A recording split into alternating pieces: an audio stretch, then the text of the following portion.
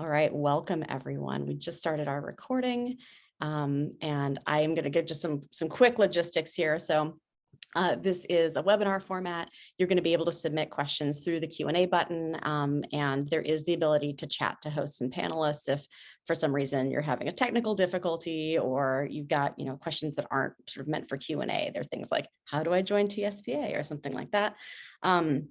Other than that, I think those are our logistics. We will be doing some Q&A after the presentation. We've got some time for that, but feel free to ask during the presentation. And I've been given permission to interject questions if they're topical and relevant at that moment. So with that, I'd love to welcome everyone to our session, Top Consumer Fraud Trends on Internet Platforms for 2022. We are here with LegitScript. My name is Charlotte Wilner, and I'm Executive Director at the Trust and Safety Professional Association, or TSPA. For those of you who are wandering in here for the first time, welcome, especially to you. TSPA is a community for and by online trust and safety professionals. We work alongside trust and safety teams to help them build what we call a shared community of practice. So we create events like this and spaces for people to meet their peers across the industry. We do trainings, we do knowledge sharing sessions for people in this space. We connect people working on the same kinds of problems so they can help each other out, and really so they don't feel alone in this work. It can be, as I often say, it's kind of a weird job, but we are really all in this together. So really glad to have you all here with us today. As many of you know, our programming is made possible by the teams and individuals who choose to commit some of their hard-earned budget to TSPA. So we want to thank all of our supporters for investing in our community. And with that, I'm so pleased to introduce you to our two panelists from LegitScript. We've got Luca and David with us here today. So I've got some bios I can read, my fave. It says here that Luca Jarone is Associate Director of Strategic Growth at LegitScript and began his trust and safety career 7 years ago as a Portuguese analyst at the company. Today, he helps LegitScript's global partners implement industry-leading solutions to help keep their online platforms and marketplaces safe. And we also have David Califf. David Califf is Senior Communications Manager at LegitScript. He oversees company-wide content and serves as the company's press officer with a background in journalism and investigative work. David focuses on tracking the latest trends across the internet to keep LegitScript's, I'm really struggling with this, LegitScript's partners up to date on the risks that impact them most. And thank you both for being here today. Really delighted to have you here. I'll turn it over to you. Awesome. Thanks so much. Luca, how's that Portuguese? You still got that? Need to brush up on that? It's still there. I'm always happy to chat if we have any Portuguese speakers or learners in the house. All right. Well, thank you so much, everyone. We're really excited to be here. David and I are going to talk through some of our favorite topics, which are fraud and scams that are impacting the internet ecosystem.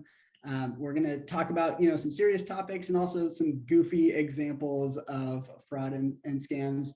Tem alguém que fala português? Oi. It's nice to meet you. We'll have to chat afterward. Always love to see Portuguese speakers in the house. So starting with some context on who LegitScript is and our approach to this work, our why comes down to our mission, and that is making the internet and payments ecosystem safer and more transparent.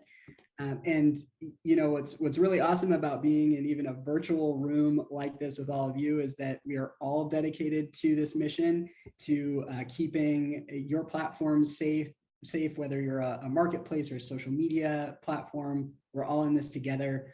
So the way that we fit into this ecosystem at LegitScript is we partner with some of the world's leading advertising platforms, marketplaces, social media companies. We work really tightly with your trust and safety and product risk teams. And we are essentially a strategic partner helping to use both technology and, more importantly, human expertise to identify threats and help our partners take action against these threats. So when we're talking about the different types of risk that we're going to be covering today and why these topics are so important is that they present risk in the way that we think about it is four main flavors, right? So if there is content on your platform that is exposing your users to risk, they're accessing your platform to connect with each other. They're accessing your platform potentially to purchase goods. They're looking for a safe environment that they can trust. And when there's problematic content, that could expose you to risk from, whether it's scrutiny from your payment providers or the credit card networks, whether it's regulatory scrutiny, reputational harm, or most importantly, and the type of risk that underscores all three of these other types of risk is risk to your consumers, right? So as we think about these different topics today that we cover, the reason that they're so important is they are potentially presenting this type of risk to you and to your platform. So why don't we take a quick look at some of the topics that we'll be covering today. It runs the gamut. Like I said, some really fun stuff that we'll be talking about, from crowdfunding all the way to pet adoption and romance scams. There's some really good stuff. And David, I know that you have some background on really where we are in fraud in 2022, what's been going on the past couple of years. So David, what have you got for us to set the stage? Yeah, all sorts of good stuff. If by good stuff you mean bad stuff. When we were thinking about what we wanted to talk about today, what really rose to the surface was just the issue of fraud and scam that we're seeing just running rampant across the internet. Many of you may have seen this FTC report, which came out earlier this year, which reported that close to 100,000 people reported it was about $770 million in losses to fraud that was initiated on social media platforms in 2021. So we're seeing just a huge exponential increase in fraud on social media. That's an 18-fold increase over 2017. So it is just becoming an increasing concern that really shows no sign of stopping in the social media landscape. And then in online marketplaces too, we're also seeing fraud becoming an increasingly pernicious issue in a variety of ways and sort of different than social media. A recent study was done showing that malicious e-commerce websites rose 178% during the holiday shopping season last year. So we're seeing a lot of these kind of scammy phishing sites, things like that. But then also just merchant fraud on legitimate platforms.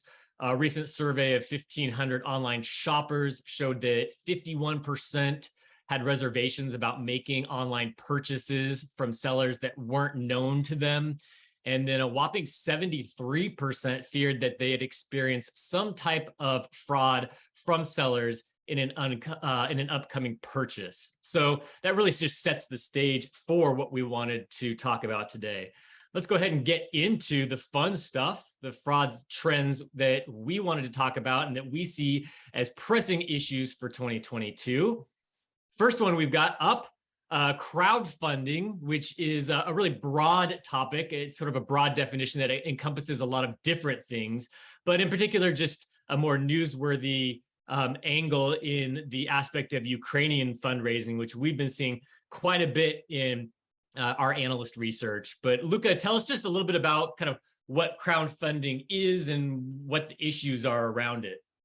Yeah, absolutely. So crowdfunding is the practice of funding a project, a new idea, a business venture by essentially crowdsourcing small amounts of money from a large number of people to achieve a particular goal, right? So campaigns are set up for a variety of different causes. It can be collecting donations for charity. It can be entrepreneurial projects. It can be as individually focused as, my dog is having surgery and it's an emergency and I need to raise $2,000, right? So it really runs the gamut. We see, of course, platforms that are dedicated to crowdfunding, things like GoFundMe. And, there are entire ecosystems that exist for this purpose. But we also see crowdfunding on social media, right? There are platforms that folks can use to reach a broad audience and to raise money. And what's what's really interesting is when the scammers try to take advantage of this and take advantage especially of crises that are happening, like David, you mentioned the crisis in Ukraine, and they'll use both these GoFundMe type platforms, and they'll also use social media to attract a larger audience and unsuspecting people who may not realize that they're setting up a fake charity or a fabricated plight, something that doesn't actually exist. And then the scammers tend to take those funds and run off. And so what are some of the things that you can look for on your platform that you can watch out for to help protect your users? So things like, you're going to hear this a lot today, if it sounds too good to be true, it probably is. So if when it comes to say an investment opportunity that's getting off the ground, if it sounds just almost impossible to achieve, again, probably is. As you're looking at, as you and your analysts are looking at the content itself, if the description or the purpose of the campaign is unclear, if it seems intentionally vague, that's a red flag for sure. There's an image that we have on the right side of the slide for a campaign that we investigated. The description was help Ukraine. Just help them. Just help them. Give them some help. Yeah, just give them some help. No further information. There was no legitimate organization that this was tied to, no contact information. It was really, really sketchy. And, people want to do the right thing. They want to support good causes. They want to put their money in good places. But this also means that this is an area that's rife with scams. So some additional things that you can look for to watch out for this, right? If the organizer has initiated other campaigns in the past, and if there are complaints associated with those campaigns, that's a really key thing to watch out for. So as your teams have the bandwidth, or if you're working with a strategic partner, having a holistic view of not just what this single campaign is representing, but also who is really behind that campaign and where else are they on the internet, because that's going to give you a full picture of what the risks are. Scammers are also going to try to convey a sense of urgency, and this is true across many different types of scams, right? Give your money now, help Ukraine now, whatever the case may be, they're going to try to get you to part with your money pretty quickly. So it's another thing to watch out for. And then of course, the poor reviews that I mentioned. Nice. Yeah, I think your spidey senses should always be on alert whenever any kind of disaster happens. A wildfire, a hurricane, God forbid, a shooting, something like that. Whenever there's a disaster, I feel like our analysts are always on the lookout. Where are these fundraisers, these sketchy fundraisers that are popping up? Nice, thanks. Topic 2, easy money scams. I do love myself an easy way to make money. So far, I still have a full-time job, so I haven't really found a good one that's working for me. But this is a pretty broad category. Again, it could be anything from mystery shopping, investment opportunities, MLMs. We see the FTC really cracking down frequently on these various types of scams. Tell us what are some of the kind of the constant ones we see, some of like the hot topics, what they are, things like that. Yeah, absolutely. So like you said, these can range anywhere from whether it's a job opportunity or an MLM. We could spend probably 45 minutes talking about the LuLaRoe documentary for everyone watch. We won't subject you to that.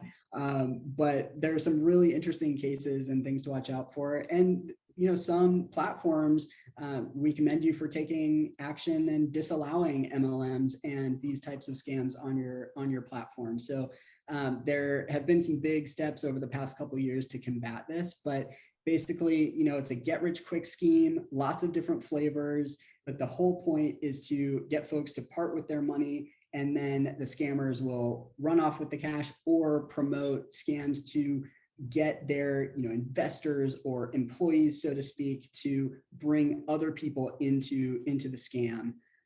So let's look at some things to watch out for. Once again, if it sounds too good to be true, if you're going to make a ton of cash with very little work, right? It's probably not good. I don't know about you, David, but I have never applied or accepted a job and then been told I had to pay something to the company. Wait. LegitScript didn't charge you to apply? Because I had to pay. I don't think that was a legitimate LegitScript employee that was asking you to do that. So, these are the things that you want to watch out for. If the business is sending unsolicited emails, if there are negative reviews associated, if they're asking for personal information that doesn't make sense, right? These are all some red flags to look out for, but also their marketing. How are they marketing and promoting their business? So we have a fascinating case study that folks may have heard about. The company was called My Online Business Education, or MOBI, and they were essentially an international business coaching program. And the way that it worked is you would spend $49 to become, part of their 21-step system for making money, for becoming an expert in internet marketing. And, so if you wanted to become like a 6 Sigma black belt in MOBI or whatever their branding was, then you would end up having to pay a lot of money to continue purchasing classes from them. You would also have to rope in your family and friends and try to sell to them. It was a classic pyramid scheme. And some of the advertising that they were doing, so they were all over their social media accounts, making claims like, one of them was how a baby-faced 22-year-old college dropout just crossed $1 million. Sounds take my money. Absolutely, right? But what wound up happening is folks were essentially scammed out of, I believe it was hundreds of millions of dollars, and the FTC began investigating this. They filed a complaint back in 2018, and then they settled with MOBI in 2020, and the company paid more than $17 million. So why is this critical for you as a platform to be on the lookout for? It's because these companies are, one, putting your users potentially in danger, right? They're putting them at risk. Two, federal agencies like the FTC are going to be looking into this. And if these scams are running rampant, or if they're just popping up on your platform, then that could put you at risk for regulatory scrutiny. And then finally, reputation, right? No one wants a case like this to come out and to have that, have their brand suffer as a result of that. Again, ultimately, the thing that we're trying to avoid here is risk to your users. That's the most important thing. So there are some key things that you can look out for to prevent these types of scams from proliferating on your platform. Yeah, and the thing about this MOBI, which was so interesting, is essentially they were creating affiliates. So you'd have affiliates, marketing on their social media content. So you've got ads, you've got user content, and the content itself was they were training you how to sell their program. So it's just this weird cycle of like uselessness. Very interesting. Very meta almost. Very meta. Just selling more of selling more. Also, red flag, if you ever see stock image of people holding wads of cash, that should set off your spidey senses also. So that's a pro tip there. 100%. Let's look at crypto, topic 3. Perfect timing on this. We had already planned to talk about this, but just this month, the FTC released a new spotlight report, finding that since the start of 2021, more than 46,000 people have reported losing more than $1 billion in crypto to scams. So this is a pressing issue. Talk to us, tell us what we need to know, and how do I not get scammed? Yeah, absolutely. This is, very similar, sort of a niche flavor of the easy money or get rich quick scams, right? This is, we're seeing NFTs, non-fungible tokens. There's a lot of talk about those right now. There's a lot that's happening in the virtual world that we should be on the lookout for. I think what's especially interesting that's come up over the last year or so related to NFTs specifically, and going back a few years with cryptocurrency, is the ability for criminals to launder money using virtual assets. So basically, in order to clean dirty money, criminals will make a purchase of a virtual asset. They'll transfer those assets to an associate, and then the associate will convert those assets into cash. So they're cleaning money. I haven't seen the most recent season of Ozark, so no spoilers, but I can only imagine that Marty Bird and company get into some sort of scheme that just sounds like something that they would do to clean money. Or maybe that's more of a Bluth family, family enterprise.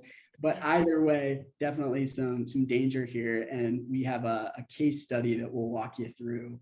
Yeah, and that's sort of like a modern day version of, buying art used to be the way that people laundered money, and NFTs in many ways are just sort of like digital pieces of art.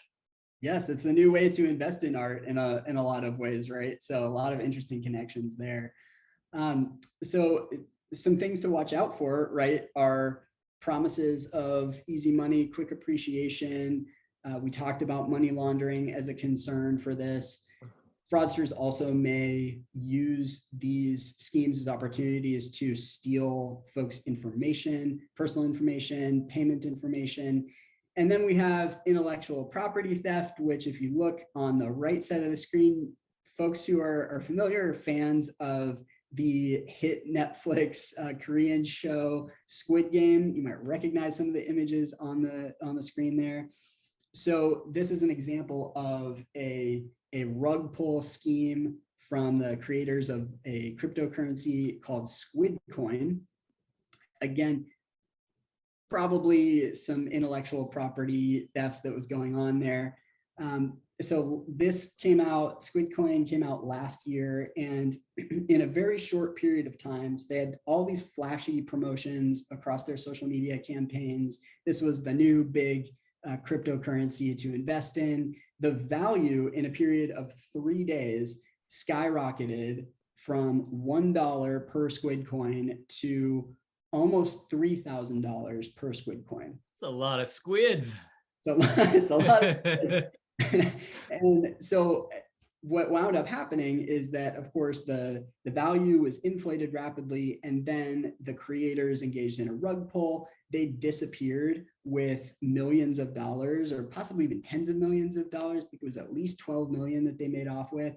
And the value of the coin collapsed to $0. So very, very dangerous and nefarious. A lot of people lost a lot of money through this scam. And possibly the biggest tragedy here is that there had been red flags. So cryptocurrency observers, media outlets had warned investors about Squid Coin. There was attention on this, this scam. They had done a few different things that were suspicious. So again, things to watch out for as you're seeing cryptocurrency or NFTs, these virtual assets being promoted on your platforms. The social media accounts for Squid Coin didn't allow followers or subscribers. So that was fishy, right? Folks couldn't comment, or I'm sorry, they allowed followers and subscribers, of course, but they didn't allow them to comment. And so there wasn't a lot of visibility there on, from people who are actually buying this currency. They also published a white paper that was full of errors. It was just sloppy. It wasn't something that a legitimate organization is likely to produce. And then finally, investors were prevented from reselling their tokens. A lot of red flags, a lot to watch out for. And unfortunately, action wasn't taken in time, and they were able to complete the full circle of their scam. Mm. People just can't resist a cool sounding coin, I guess. My favorite being Whopper Coin, which is a actual cryptocurrency, but you can only use it to purchase Whoppers. Started in Russia. That is pretty amazing. I think anything is better than the burger flavored, if you will, burger scented cologne that came out? Yes, absolutely. Whopper is like from Burger King. So yes. Just seeing the questions. But it's only the Burger King in Russia, if they're even still there. So yeah. But yes, sorry, Burger King perfume, also pretty amazing. I haven't actually smelled it myself, but I'm a fan. Of the promotional efforts from Burger King or related to Whoppers, I'd say this one that you talked about, David, is absolutely legit. Yeah, nice. Cool. Thank you for that. Let's look at one of the biggest issues right now on the internet, counterfeit fraud. The most recent notorious markets list. I can't think. I can't read that report without thinking of Notorious B.I.G. But the notorious markets list, the most recent one, identified a number of markets that had issues with trademark counterfeiting, copyright issues, things like that. It's a major issue that I know a number of major marketplaces are really trying to tackle and get a grip on, but it's also just such a challenging issue in trying to identify folks who are engaging in this fraud. But what's interesting is not only is it a major marketplace issue, but we're really seeing this kind of strange interplay between social media platforms and marketplaces. So just tell us a little bit about what we've been seeing, Luca. Yeah, absolutely. Like you said, the internet is global, it's super interconnected, and it is fascinating to see how the same scam or the same group of criminals will operate across different platforms and marketplaces. So going back to counterfeit fraud, how does it work? What are the types of counterfeit products that we tend to see? So a lot of the products that we see out there that are counterfeited are anything from designer clothing, sports attire, sports apparel, jerseys, footwear, cosmetics, electronics, children's toys, lots of different products. And they basically are two primary paths for counterfeit products to be marketed and sold. Path number one is it is being sold and promoted as a legitimate version of the product, but it's actually a fraud. So a bait and switch, versus the second type, which is it is being sold and marketed as a replica version, a counterfeit version of the legitimate product, but at a lower cost. And there are sort of advantages for criminals to do that, where their user base knows exactly what they're buying it at a lower cost. They're going to try to be clever about how they're promoting their products. So they're going to, use specific coded language. They're going to promote their products as, for example, UA, which stands for unauthorized authentic. They're going to sell it as a replica. We'll get into some keywords and red flags to watch out for to sort of clue you into what may look legitimate that's actually not.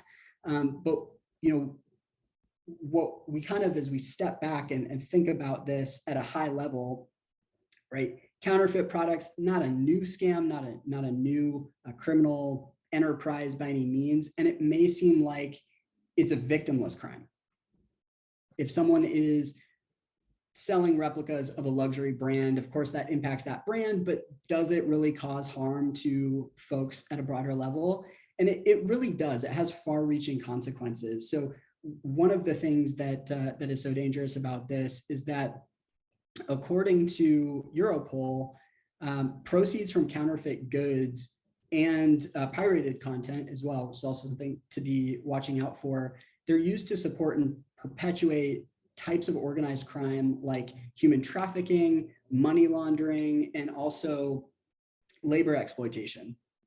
If you think about these products that are being created outside of a regulated, proper supply chain, that is naturally going to lead to situations where the criminal networks that are operating these schemes, they're not beholden to labor laws or protections for their employees. And so what ends up happening is these products are produced in unsafe, unhygienic factories.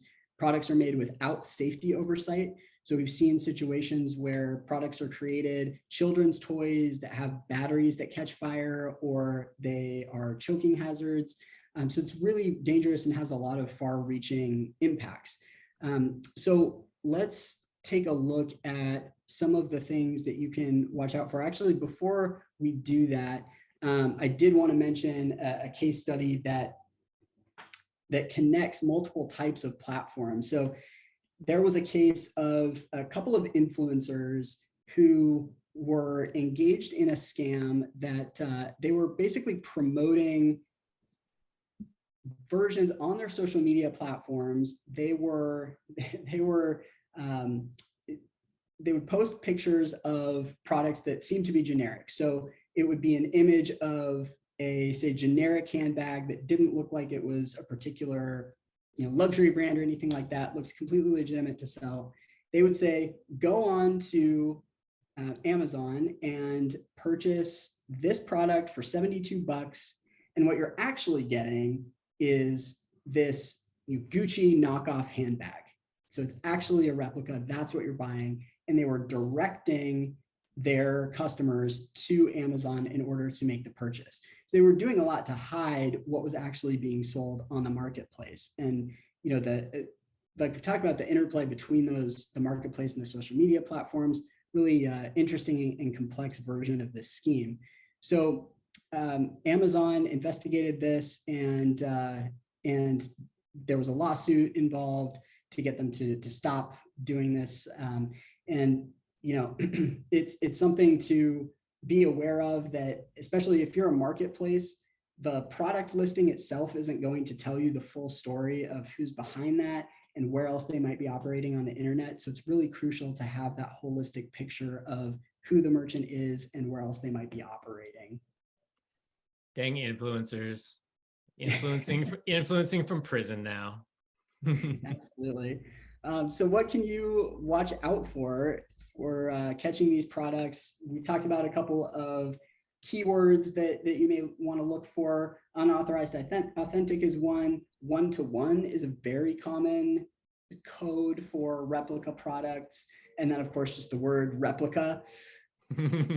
It's important to note, too, that whether it's on a product listing on a marketplace, or if it's a post on a social media platform, the replica language could be in the text of the post itself. It could be in comments. It could be in the title, but it could also be in the image itself, right? So if you're only using technology to try to scrape for these keywords, you may be missing something. You may be missing the actual bad activity. And so it's helpful to have human experts that are actually looking at this content, looking for this content, and can catch some of those trickier ones. And then finally, if the prices are suspiciously low, that's another red flag for a lot of the types of scams that we're talking about today, but especially this one. Too good to be true. We call it this smell test. If it smells fishy, probably is. Nice. Thanks for this. I know we could just talk about counterfeits forever, but we'll move on from that. Topic 5, non-delivery schemes. Also one that I hold dear to my heart because we see so much of this at LegitScript. Also called advanced fee fraud. These are also called 419 scams. 419 refers to the section of the Nigerian criminal code that deals with fraud and charges and the penalties that such offenders can get. So the Nigerians really had, I guess, originally perfected this. So Luca, what is a non-delivery scheme if it's not self-evident from the name? It's you put your money out there, you're trying to buy a specific product, the product never shows up, right? It's very simple. I think probably my favorite website that I've ever seen in our investigations was one that was set up. It was absolutely a non-delivery scam, and they were really selling everything under the sun, from it was fake passports to fake currency, all different types of currency, to codeine cough syrup. And I believe there's crystal meth available on the website as well. So really just one-stop shop. Yeah. Ready to party. And it's a pretty egregious example, right? I think the average consumer, if they stumbled upon that website, they would know this is fake, this isn't real. That said, it still poses risk for folks to enter their payment information on the website. And these are the types of schemes that get promoted elsewhere on the internet, right, on social media platforms and elsewhere. And then the more dangerous probably end of that spectrum is companies that appear to be legitimate and really aren't, and they're never going to send you the product as promised. So some things to look out for, coming back to the pricing, if it's too low, if it doesn't make sense, the smell test on the website, if there's a particular product lineup that just doesn't jive, something doesn't align.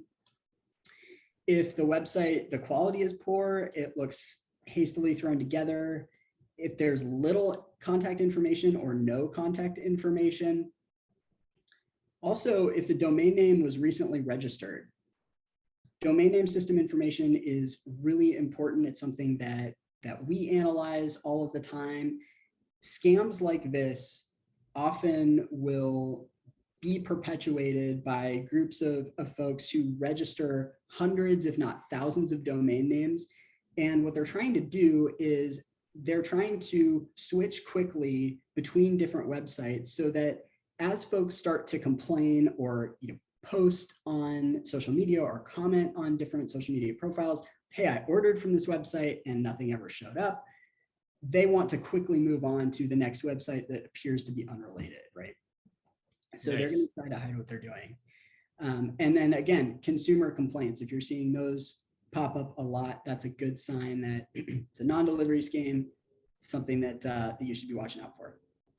And a lot of non-delivery scammers will make use of typo squatting. So they'll register domain names that look like legitimate ones, like instead of Walmart, it'll be Walmart or something. And, then they may post on social media and the site then may look like something legitimate with a great sale on like Ray-Bans or something, because those are for some reason always like a favorite scamming item.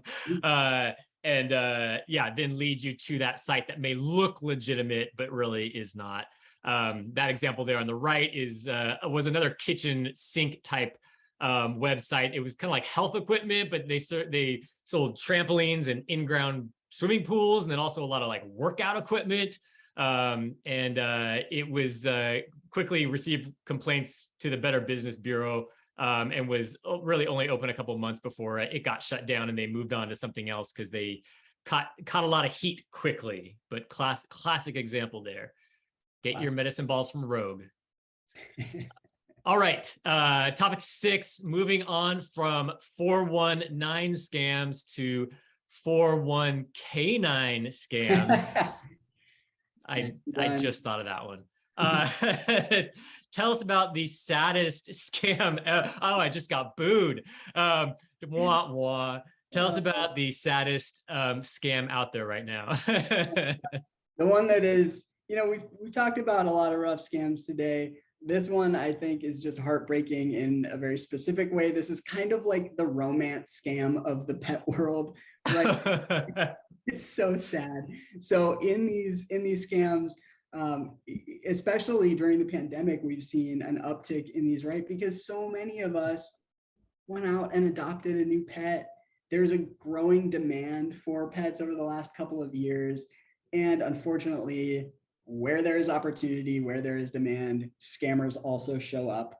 So what winds up happening is scammers will promote designer breeds, for example, popular breeds for a really cheap price. So something like a Yorkie or a Golden Retriever, or you have a Bernedoodle, right, David? So, these popular breeds, they'll promote those at a low price. They'll promote them on their website, on social media. For marketplaces, you likely have in your policy a policy that disallows the sale of live animals, but it's something to be aware of for you as well, especially on the social media side. Typically what happens is folks will spend hundreds, if not thousands of dollars on what they think is going to be their new amazing pet, and the pet never arrives. And sometimes additional fees are added on top of that for shipping, so to speak, or relocating the pet. So it can cause a lot of heartbreak and financial upset as well. So things to watch out for. If there's little information in the post or on the website about the animals for sale, not talking about a Portlandia style bio of, this is called chicken and this is his entire personality. But we're talking about if there's just not a lot of information about the business or about the animals themselves. If it's promoting breeds or mixes that are very popular or designer. Probably one of the most interesting is suspicious photos. So one way to that we've dug into this, and one way to sort of catch these scams is to do a reverse image search on, if they're promoting a photo of, let's say, Macaroni the poodle pup. If you do a reverse image search for Macaroni and you're seeing the same photo all over the internet from years ago, Macaroni is actually like 19 years old. Yeah. Very different animal. And then payments options. That's another key way to identify a sketchy, probable scam. If the payment mechanisms are wire transfer or money order, that's something to watch out for. You're just not going to purchase your new, furry pet friend using Best Buy gift cards. That's just not going to be a thing. So take a look at the payment methods offered. And then a sense of urgency too, right? There's a whole bunch of things that might pop up that are fishy in a scam like this. The animals are deeply discounted. And then coming back to that domain name system information, if your team is looking at this, or if you're working with a strategic partner, really important to be looking at this type of information and work with experts who understand the internet landscape in that particular vein and also have a holistic view of what's happening across the ecosystem.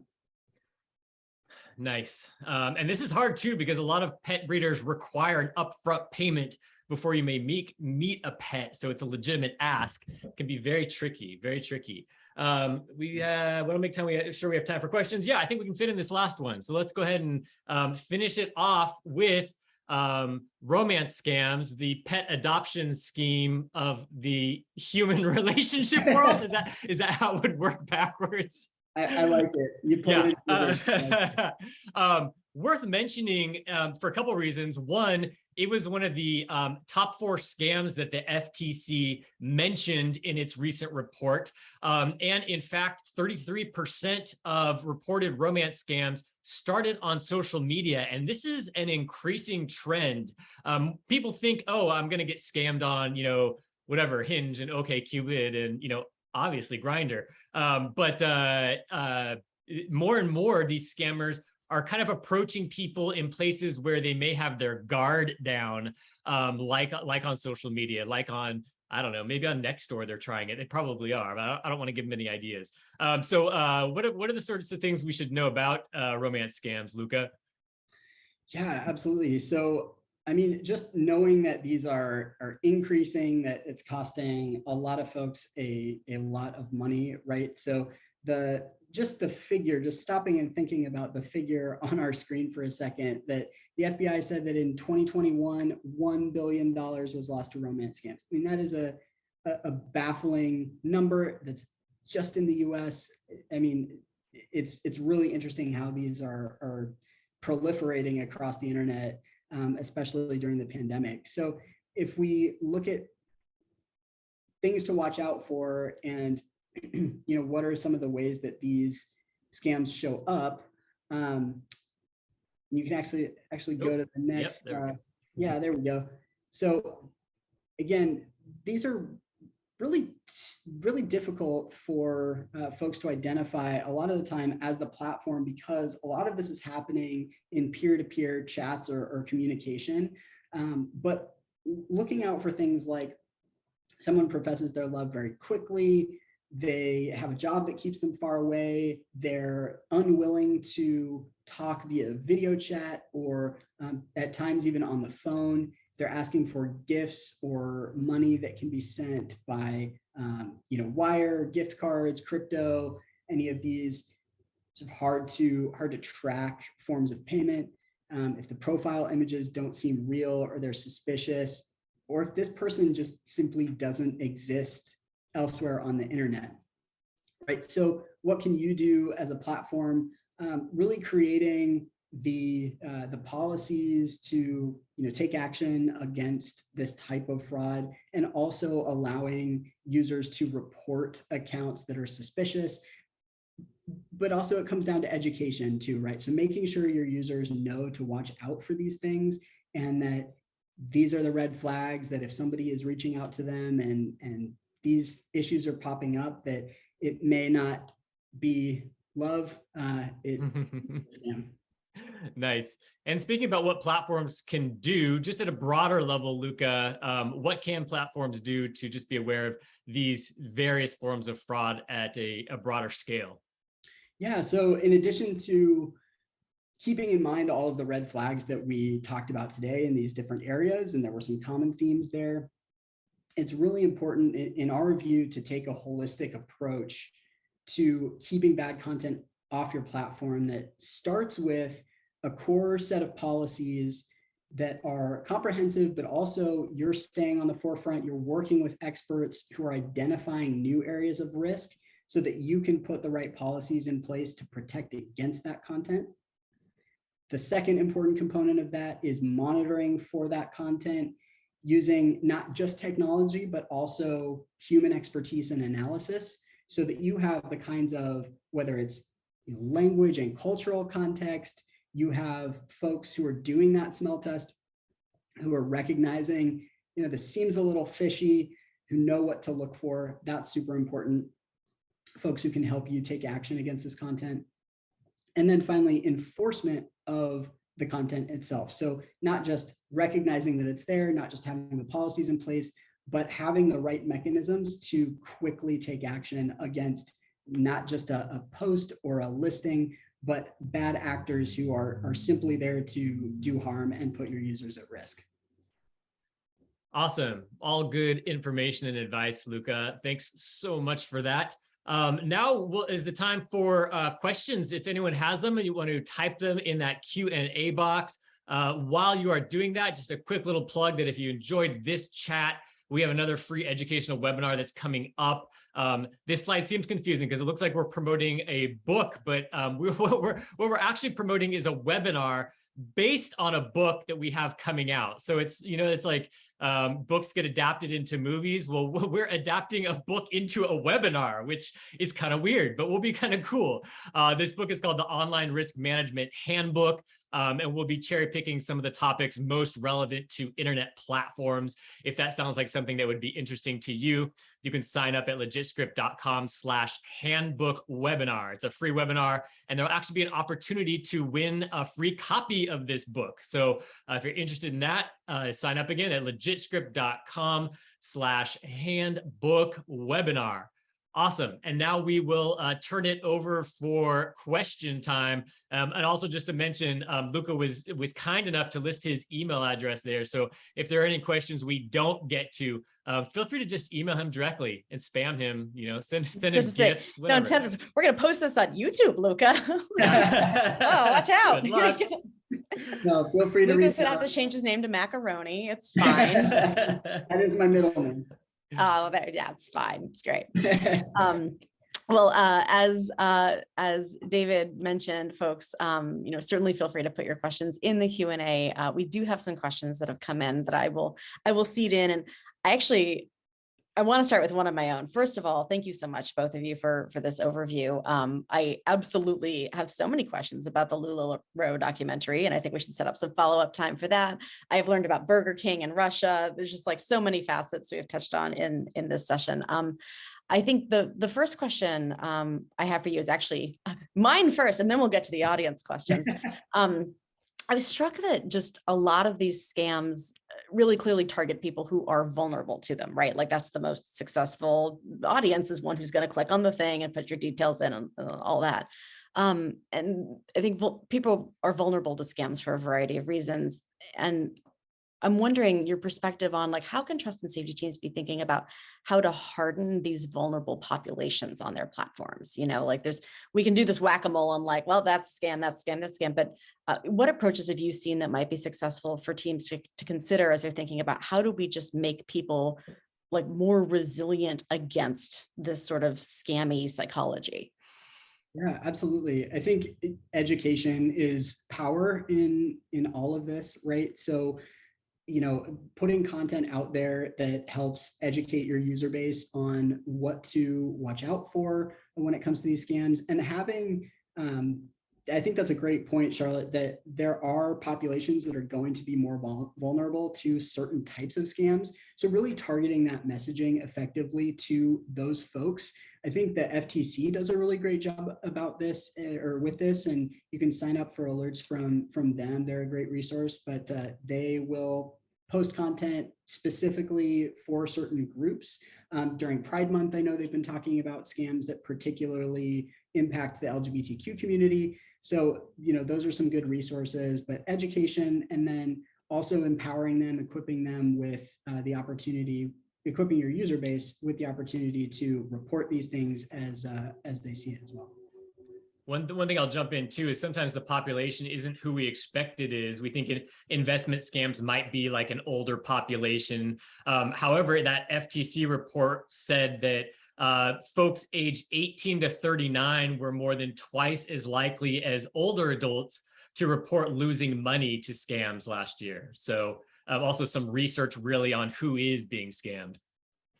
That is such an important point, because as I was watching this presentation, I realized like, I only just avoided a scam recently because I was like, I put it in a tab and forgot about it. But just like, I who have worked in online trust and safety for 15 years was like, that does seem like a good product. I might buy that from this, site that has no web history or whatever. So it's not always mom and grandma, though it is often mom and grandma as well.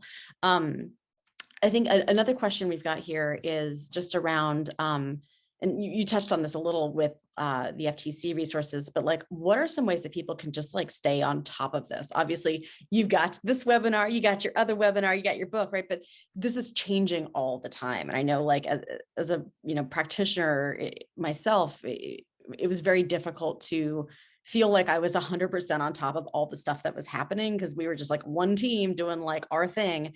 And meanwhile, this whole constellation of scams is ever evolving. So like, what are some, obviously, I'm sure one of the answers is work with LegitScript, and you can talk about that, but what, in addition to that, would you recommend for folks who are realizing like, I would like to be more informed on a more real-time basis? Yeah, absolutely. So of course, I appreciate, Charlotte, that you mentioned working with LegitScript, sharing information with each other, and TSPA is an amazing forum to do that. So I know that you are all connected across the internet, across the ecosystem. So sharing what types of things are coming down the pike, government agencies, what they put out, they're a fantastic resource. And then, I would say at LegitScript, some of the best information that comes up is from our analysts, from folks who are out there seeing sketchy things all of the time on the internet. And they're, we have a communication pipeline from, basically that extends out to the entire company. But whether you're leadership, whether you're an analyst doing the day-to-day work to keep your platform safe, that open communication and recognizing what seems fishy, what threats might be coming down the pike is very important. And I think the third thing that I'll mention is that wheel that we talked about of the policy, monitoring, and enforcement. Often the reason that we present that as a wheel is because all of that feeds into, each of those pieces feeds into the others. So being out there and monitoring for things that you may be focused on one particular subcategory of your policy, that might illuminate that there are other issues that are popping up that you need to create additional policy for or fill a gap in. And one last thing I'll add in too, there are a lot of great trade publications that actually talk about, that I follow just to keep abreast of trends. Like there's one called Securing Industry that's all about counterfeits. counterfeit fraud and intellectual property. There's one called like Insight Crime that's all about just transnational crime, things like that. So there are some very, very niche, good publications that you can help keep abreast of trends too. Awesome. That's great.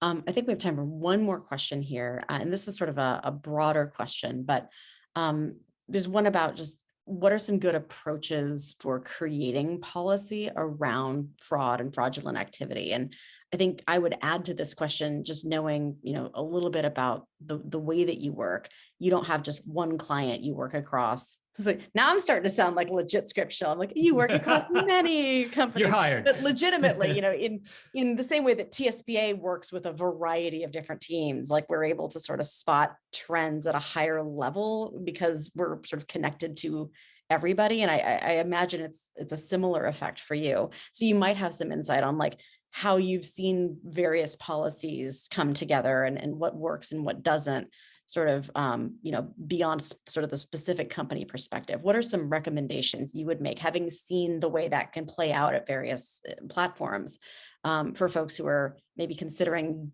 having to write policies for the first time or having to write real dedicated policies now?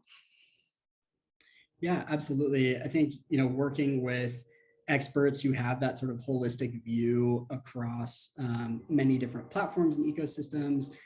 Also, I think working with a third party can be super beneficial to have that feedback of how your platform is performing over time. So what does your risk look like today in these policy areas? And then over time, is that improving? Are there gaps? Having sort of a third party to audit sounds like a really strong word, but to give you visibility into how you're performing against, your peers as well, right? And sharing while keeping information confidential, of course, and honoring NDAs, but recognizing what other platforms are doing that's successful, and then bringing that home to your own platform is a really key strategy.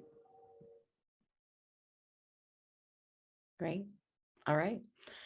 Well, I think that's our time. I want to thank you again so much, Luca and David, for today's presentation. This has been super informative. I'm really still thinking about the Burger King cologne. I mean, like there's so much to unpack here, but thank you all attendees for joining us or potentially for joining us later on your own time. We are going to be posting this to the web. So if you have any questions, of course, for the LegitScript team, you can rewind this video and find out how to get in touch with Luca specifically. And of course, you can always get in touch with us at TSPA. We're at tspa.org, and looking forward to having the next session with you. Just a quick plug. TSPA is involved with 2 conferences coming up at the end of September. We are running TrustCon, which is a 2-day conference on September 27th and 28th, focused on trust and safety professional practice. Registration is opening for that in the next few weeks. Then the following 2 days, September 29th and 30th, our sibling organization, the Trust and Safety Foundation, is going to be partnering with Stanford Internet Observatory on the Trust and Safety Research Conference, and that will be at Stanford in California. Both conferences are going to have a physical component in California and then a virtual way to be involved as well. So go to our website, tspa.org, and you can learn more about both of those. Thanks so much for everyone's time today, and be well out there. We'll see you again soon.